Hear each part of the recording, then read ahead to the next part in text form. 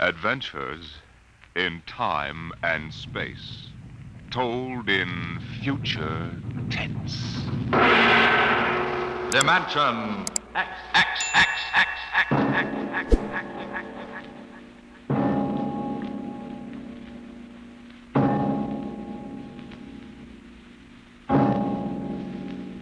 The mind of man is still an unprobed field.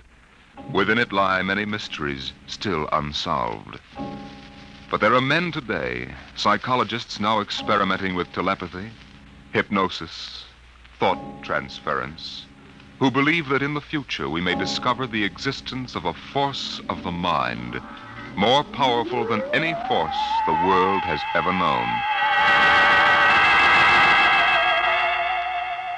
We go ahead now in time some 10 years, and in space to the campus of a small eastern college. The hour is late, and in one of the dark college buildings, two men stand in front of a door that bears the name Professor Arthur Barnhouse, Psychology.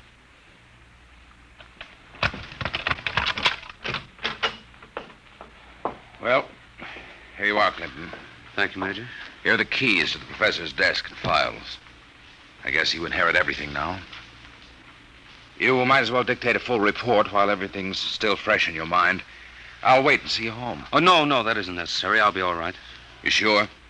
After what's happened tonight, we wouldn't want you to have an accident, too. Major, after what happened tonight, I have a hunch the whole world is ripe for an accident. I'm afraid you're right, Clinton. Well, good night. Good night.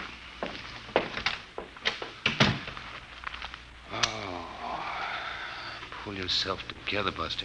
Easy does it. August 21st, 1960. Restricted report from George Clinton to the Secretary of Defense, Secretary of State, the FBI, National Security Board, etc., etc., etc. Subject, the so-called Barnhouse Effect, and Professor Arthur Barnhouse, who discovered it. I first met the professor 2 years ago in the fall of 1958. He was a professor of psychology here at Wilton College, and I was here on an instructor's fellowship in the psych department. They assigned me to be Barnhouse's assistant, and he needed one. He hardly ever remembered to go to a class, and he didn't seem to do anything else either. For 3 months, I watched him sitting at the desk here in his study. He'd either stare at nothing for hours or fall asleep, nodding over his mess of papers. I couldn't understand it, and it was none of my business. But one day, I thought I'd better give him a shake. What? What? I said it's 2:15, Professor. Don't you want to go to your 2 o'clock class? Don't you want to mind your own business? I beg your pardon. Sorry, Clinton. Forgive me. I don't know what gets into me. Forget the class. The kids would rather be outdoors anyway. Okay, Professor. In that case, I'm sorry I woke you up. It's all right. I just can't seem to get my sleeping done at night. Clinton, what do you know about the international situation? Well, I'm no political scientist, if that's what you mean. I read the papers when I have time. Well, that's the way I've always been. Lately, I've had to look into it. I stay up nights looking into it. Professor, I don't want you to take this personally or anything, but... Well, sir, I wonder if you'd mind if I asked to be transferred. You mean you'd rather work with somebody else in the department? Oh, no, sir, it's not that. I think maybe there's a chance for a psychologist to work on that government project. Government project? Oh, yes, that army thing. Yes, sir. They're trying to develop robot pilots for the new fighter rockets so they'll be expendable. Oh, yes. Something else designed to replace men. Yes, sir, and you know it's a funny thing. The robots work just like human brains. They get overworked or overloaded or something, and they have nervous breakdowns. Now, if I could only find out what drives those electronic brains crazy, why, I'd feel Clinton, that I was... if you want to study a brain that's going crazy, never mind the robots. You can go to work on me. What are you talking about, sir? I don't know. I'm either crazy as a bedbug or a... Clinton, I wish you'd help me find out. Are you serious, Professor? I never was more serious in my life. I'm afraid I'm going out of my mind. But why? What makes you think so? This is what makes me think I'm crazy. Those dice? Clinton, do you know what the odds are against my rolling a 7? Oh, about 5 or 6 to 1. Watch. 7. Now, what are the odds against my rolling it again? Twice in a row? Plenty. About 100 to 1, I'd say. Watch. Professor, you're hotter than a $2 pistol. It's funny. That's what they said 8 years ago when I first discovered this. Discovered what? This force of the mind. I call it dynamo-psychism. You mean you shove those dice around just by thinking about it? People have always thought there could be a force of the mind. You know that. Fortunately or unfortunately, I've learned to control it. Yeah? How did you happen to find out about this, Professor? Well, it was about 10 years ago, back in 1948. I made the mistake of going to a psychologist's convention, and in order not to appear unsocial, I happened to find myself, for the first and only time in my life, in a dice game. What happened? I didn't have the faintest idea what was expected of me, and someone told me to roll 7s. So I did. 10 of them. I'll bet you weren't asked back into that game. That night, in my room, I realized that it simply couldn't have been an accident, Clinton. I tried to reconstruct the exact scene, the position of my body, and finally, the thoughts in my mind. And that was what did it. I remembered what had been my train of thought, and I proceeded to roll 7s, not 10 consecutive times, but 50. Brother, there it is again.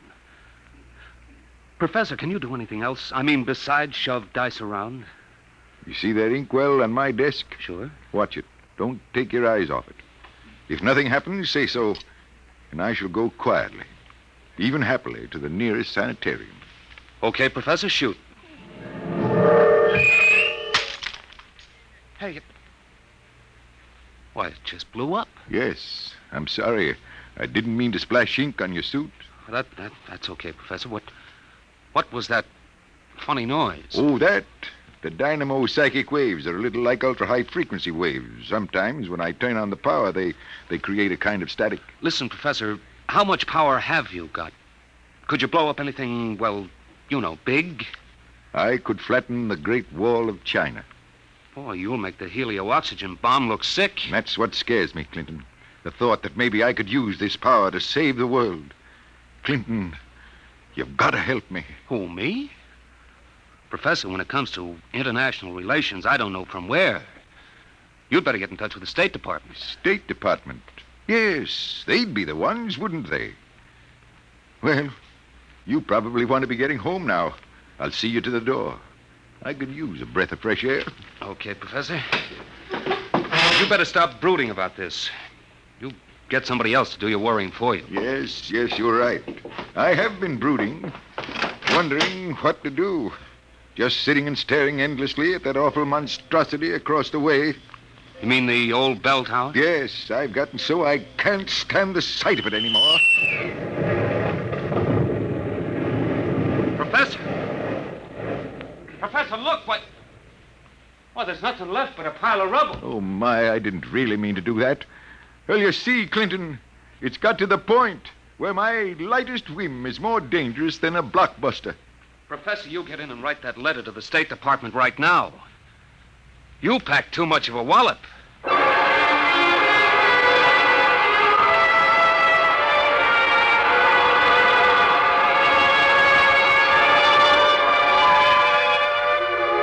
Professor Barnhouse mailed his letter, and things happened fast. The long arm of the Army reached out, and within 5 days, the two of us were deposited in an old mansion in Virginia, surrounded with a barbed wire fence and 20 guards, and labeled top secret. As soon as they'd seen a couple of small demonstrations, they set up a big test of dynamo psychism, and the professor was a very important guy. You could see him getting more unhappy every day. General Barker, I've got to talk to you. Just a minute, Professor. We're cleaning up the last details in Operation Brainwave. We'll roll at 1400 hours tomorrow. At 1400 what? 2 o'clock tomorrow afternoon. The robot-controlled fighter rockets will take off at exactly 1400 minus 10 and appear over the target at 1400. Watching from here over the video screen, you will then try to knock all 20 of them out of the sky. Think you can do it? Of course I can do it. Fine. and we've taken care of everything. Everything except that you neglected to ask me if I wanted to do it. I don't. This whole thing strikes me as childish and insanely expensive. We'll decide about that. But what's the good of it? I wouldn't mind acting as a defense weapon if it were necessary. But I can make all wars and armaments unnecessary. I could give every nation what it needs. I could move mountains, build roads, dig irrigation canals. I have a technique which costs nothing and can do immense good. You're spending millions to prove that it can do immense damage. It doesn't make sense. You know something, General? He's right. Of course I'm right. I want you to send me and Clinton back to Wilton College. Right away. That's quite impossible, Professor. This operation has gone too far to be called off now. Yes, but... Even if we wanted to call it off. If your dynamo psychism really works, you're apt to be the key to our entire defense setup. But listen... You'll have to excuse me now. Major Cuthrell and I have to double-check the confidential list of the observers on this end. Have you got it, Major? Yes, General. It's right here. Alberts, Barker, Bernstein, Carter, Clinton, Cuthrell, Holbrook, Lawrence, Stein, Williams. Check. I guess that includes everybody of importance. What about me? What? Oh, that's taken for granted, Professor. Thanks. 1400 hours. Will you be ready? I'll be ready. And now, if someone will wind the restricted clock and put the confidential cat out, I'm going to bed.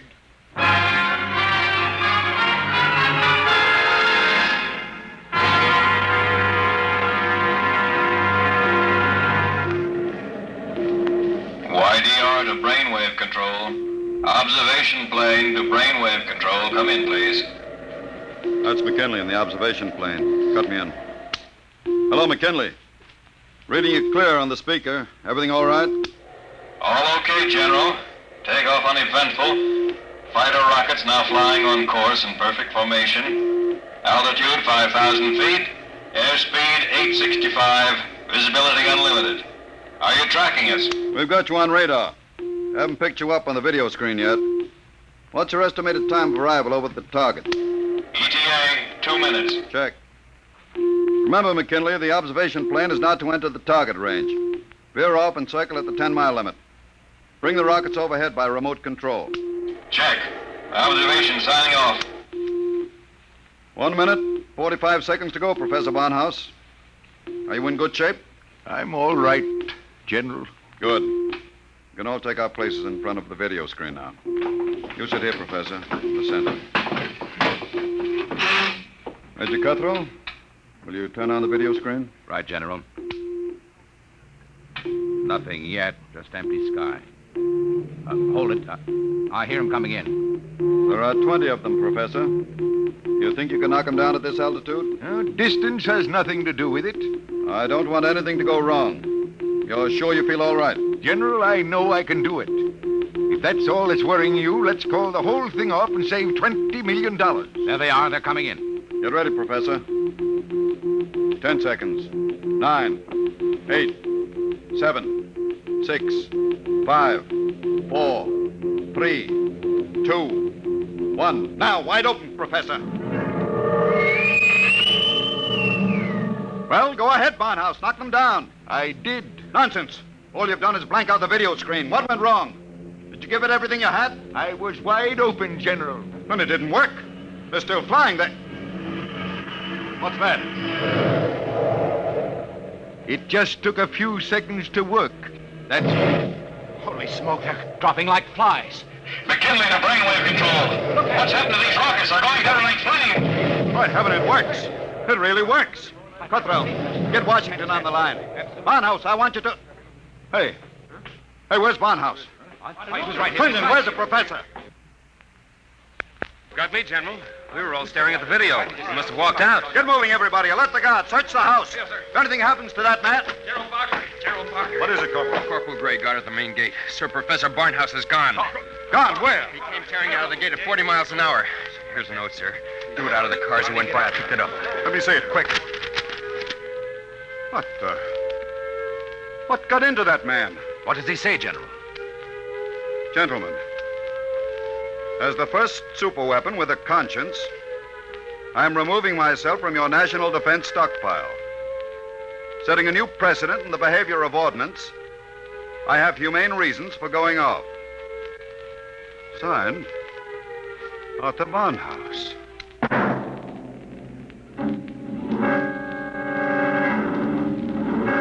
Barnhouse was gone, and within 12 hours, the world was on a spree. The headlines were glorious or terrible, depending on what you think of the things the way they are. Barnhouse flattens helio bomb factory! The dynamo's psychic waves reached every corner of the world. In every country, every continent flashed the news of what was happening. Hey, Barnhouse knocks out hidden atomic stockpile in Asia! There was a new kind of war, the war of tattletales. Secret agents of every country hunted for the hidden armaments of their enemies, yelled about them in the newspapers, and immediately there'd be that warning burst of Barnhouse static, followed by... Radio-controlled fleet blown up on secret maneuver! The professor was out to make peace or bust, and nothing like him ever was.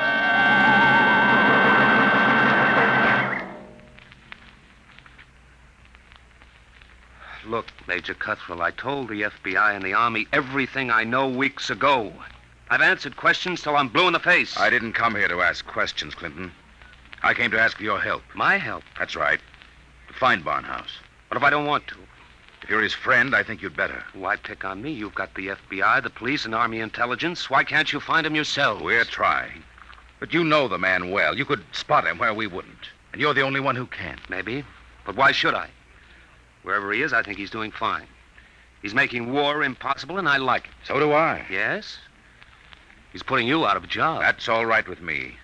I'll retire to a truck farm with pleasure. Well, then? Look, Clinton, we aren't the only ones in this race. Every country in the world has its best agents out hunting for Barnhouse. Nobody can beat that kind of a manhunt. He seems to be doing all right so far. Sure, but how long do you think he can keep it up? A week? A month? Sooner or later, he'll be spotted. And if the wrong people find him, Clinton, we're done for. You know what kind of weapon this is. Whoever controls the Barnhouse effect can control the world. Well, all right. Suppose they do find him. He'd never give the secret away. Never give it away? Are you out of your mind? Do you think these fellas are playing for marbles? Well, no, but... Read the papers, Clinton. Don't you know what's going on in the rest of the world? Yes, They'll get the secret out of Barnhouse, all right.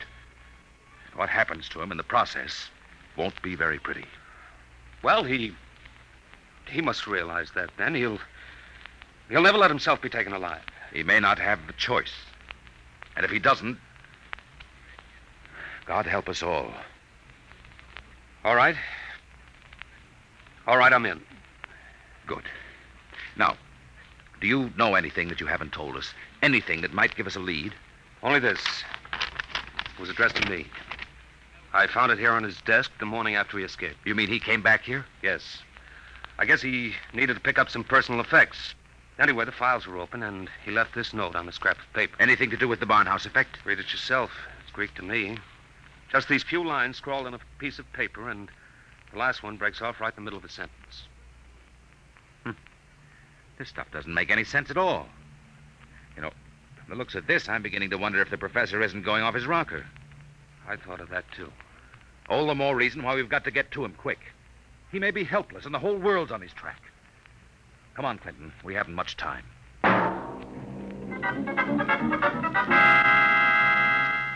You say you do recognize this photograph, Mrs. Reardon? I tell you, it looks like Mr. Balfour's. He had the second floor front room for quite a while, but he left, I should say, about a week ago. Say, is he wanted for something? Yes, if he's the man I think he is. Well, now, I'd say you're looking for the wrong fella. That Mr. Balfour, he couldn't be a criminal. Why, he wouldn't even harm a fly. He spent all his time in his room, just thinking.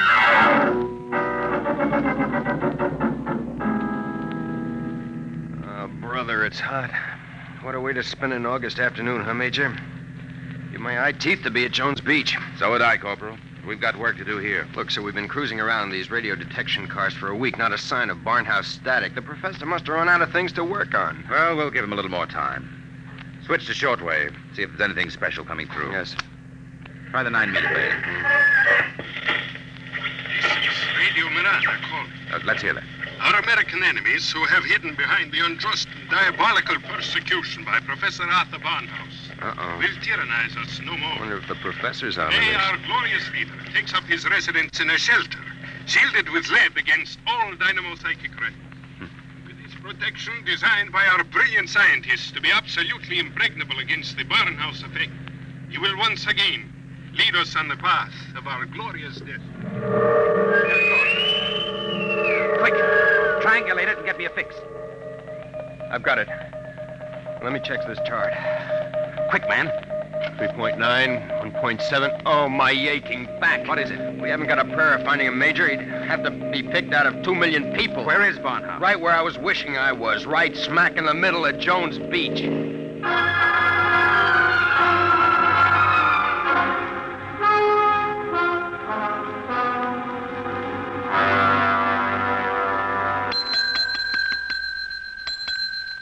Sorry, gents, we're full. No more rooms tonight. We don't want a room.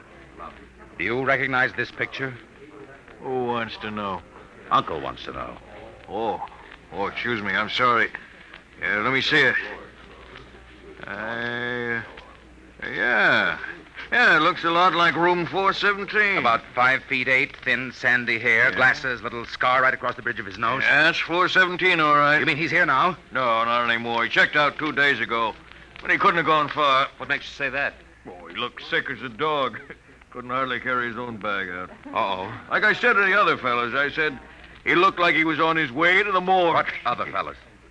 Oh, the ones this morning. You're the second pair that's been asking for him.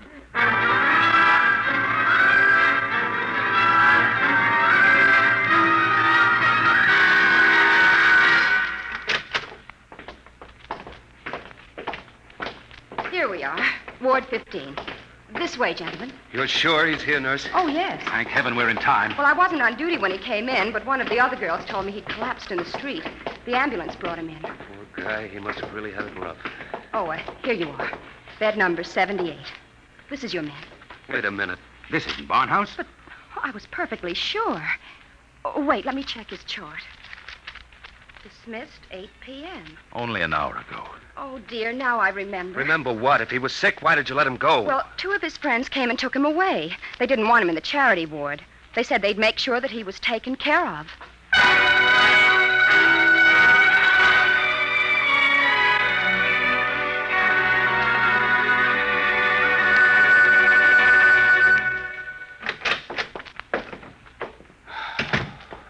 Every time I walk into this study, I keep hoping somehow I'll wake up out of a bad dream and find the professor just sitting here. Major, is there anything we haven't covered? Nothing. The police, the FBI, the air patrols, the docks, the railroad stations, everything. Not even a flea could get through this dragnet. I hope. Then I guess we sit. We sit. Maybe something will come in.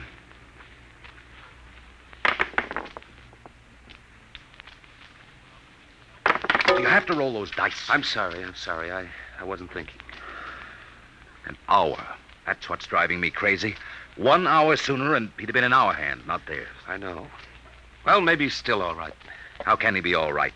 He's in the hands of a foreign power. We don't know that for sure. The professor was a likable little guy. He couldn't have lasted this long if he hadn't found some friends. Maybe they came and took him away. Well, grab that. Hello? Yes? Clinton, is that you? Professor Barnhouse. Clinton, they've got me. Who's got you? Where are you, Professor? I don't know. They said something about taking me to an airport. An airport? Which one? Listen, Clinton, I've got to tell you. The inkwell. What are you talking about? Remember the inkwell? Professor. Professor Barnhouse. Operator. Your call, please. Operator, that caller just came in here. Can you trace it? I'm sorry, sir, but I'm afraid it's too late. Your party has been disconnected.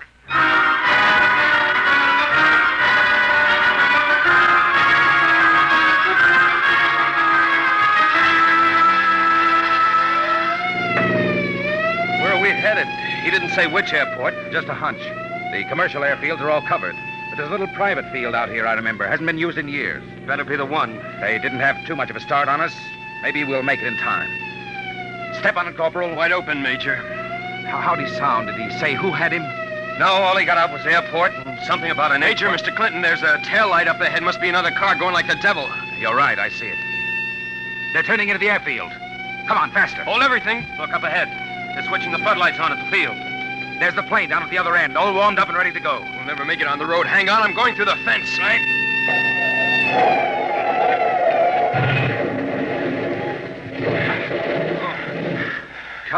What's the matter? Get going. Sorry, sir. Must have cracked the axle. They're taking off. Get out the submachine gun. You can't. Barnhouse is in that plane. You'll kill him. We've got to take that chance. That plane's headed straight for us. Hit the dirt. Get that gun working, Corporal. Aim for the propeller.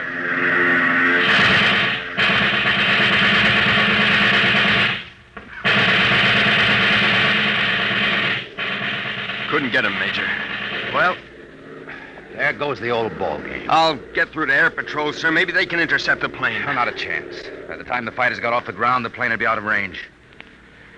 No, we've lost, Barnhouse. Nothing can save us now. Hey, what?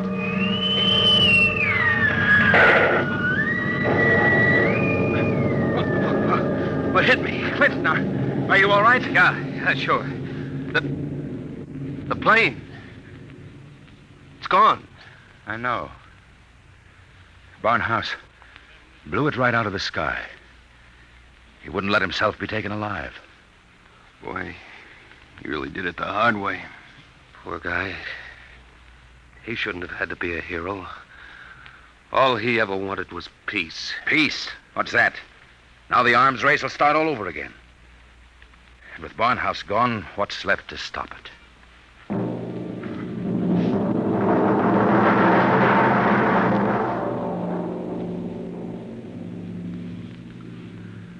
So they brought me back here to the professor's old study to dictate this report.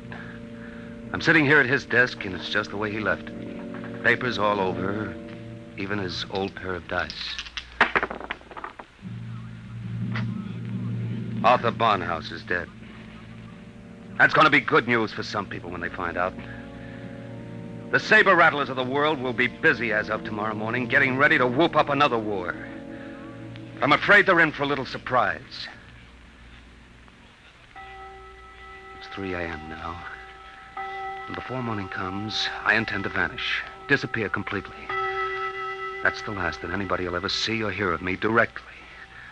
That's why I want to tell you now. I've been looking at the new inkwell here on the desk. The professor's last words were something about an inkwell. And in it I found a little scrap of paper. Just a few words, but they complete the note I showed the major. The note that didn't make any sense. The whole thing makes sense now.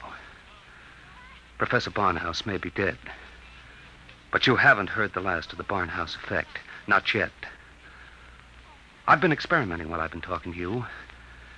And now the time has come for me to say goodbye.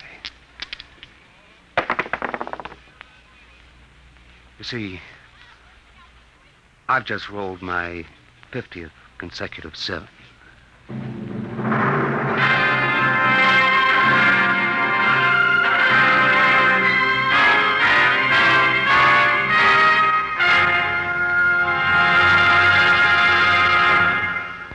You have just heard Report on the Barnhouse Effect by Kurt Vonnegut Jr. An adventure in time, space, and the unknown.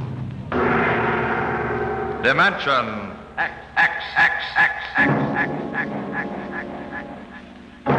Next week, the strange story of the interspace rocket Star Cloud, which vanished mysteriously behind the Great Galactic Barrier in the year 1986. What happened to it and to its crew? We'll tell you next week.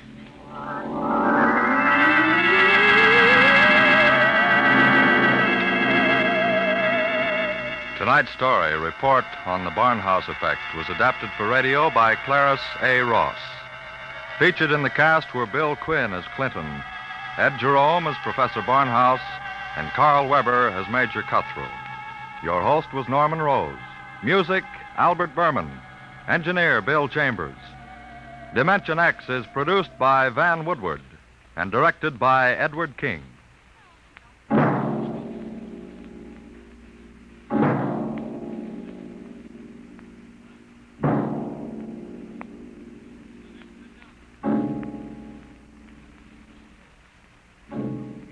Tomorrow, hear Sam Spade. Now, it's Truth or Consequences on NBC.